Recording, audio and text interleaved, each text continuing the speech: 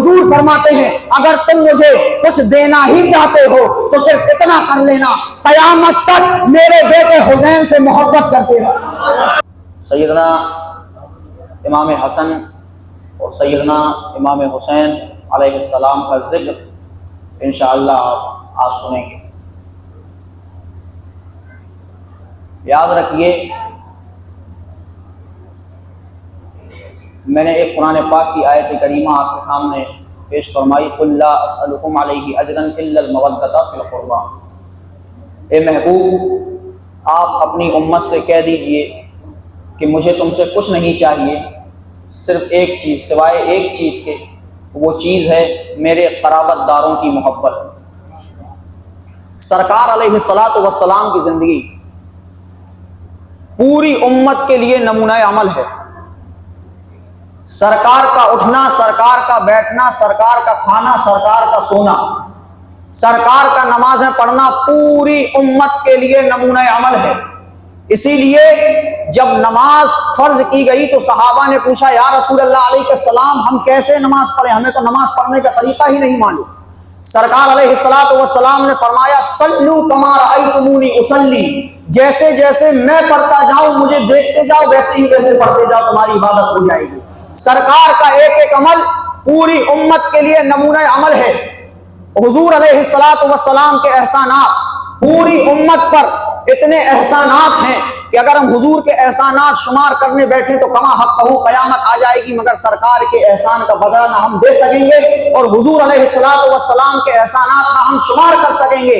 اس لیے وَإِن تَعُدُّوا نِعْمَتَ اللَّهِ لَا تُحْصُوهَا، اللہ قرآن پاک میں ارشاد فرما رہا ہے کہ تم اپنے رب کی نعمتوں کو شمار نہیں کر سکتے ہو، تو جس طریقے سے بندہ اپنے اللہ کی نعمتوں کو شمار نہیں کر سکتا، اسی طریقے سے اپنے نبی حضور علیہ الصلوۃ والسلام کے احسانات کو ایک بندہ مومن اگر شمار کرنے بیٹھ جائے تو شمار نہیں کر سکتا۔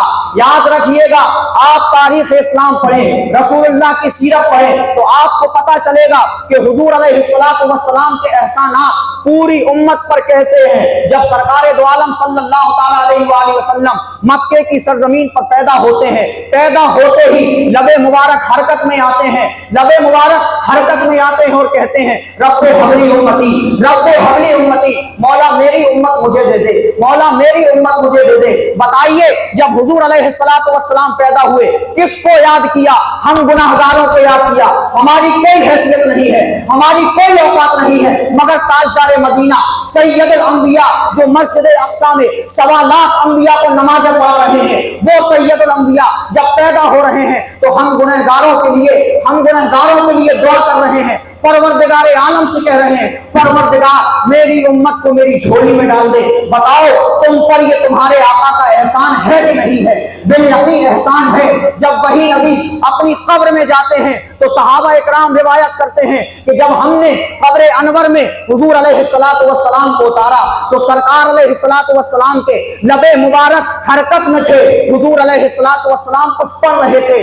حضرت قسم ابن عباس رضی اللہ تعالیٰ عنہ فرماتے ہیں میں قبر میں اترا، میں نے اپنے کانوں کو سرکار دو عالم صلی اللہ تعالیٰ علیہ وآلہ وسلم کے لب مبارک پر رکھ دیا۔ میں نے سوچا کہ میں سنوں کہ میرے آقا کوئی حدیث کوئی آیت تو نہیں پڑھ رہے ہیں، مگر حضرت قسم ابن عباس رضی اللہ تعالیٰ عنہ فرماتے ہیں کہ میرے آقا کوئی آیت کوئی حدیث نہیں پڑھ رہے تھے، اپنی قبر میں آقا موجود ہیں، ایک ہی جملہ لب پر ہے رب حبلی امتی، رب حبلی امتی، مولا میری امت، مولا میری امت۔ مجھے بتایا جائے میرے آقا جب پیدا ہوئے تو کس کو یاد کیا؟ ہم گنہگاروں کو یاد کیا۔ بتائیے آقا کا احسان ہے کہ نہیں ہے؟ جب آقا دنیا سے گئے تو کس کو یاد کیا؟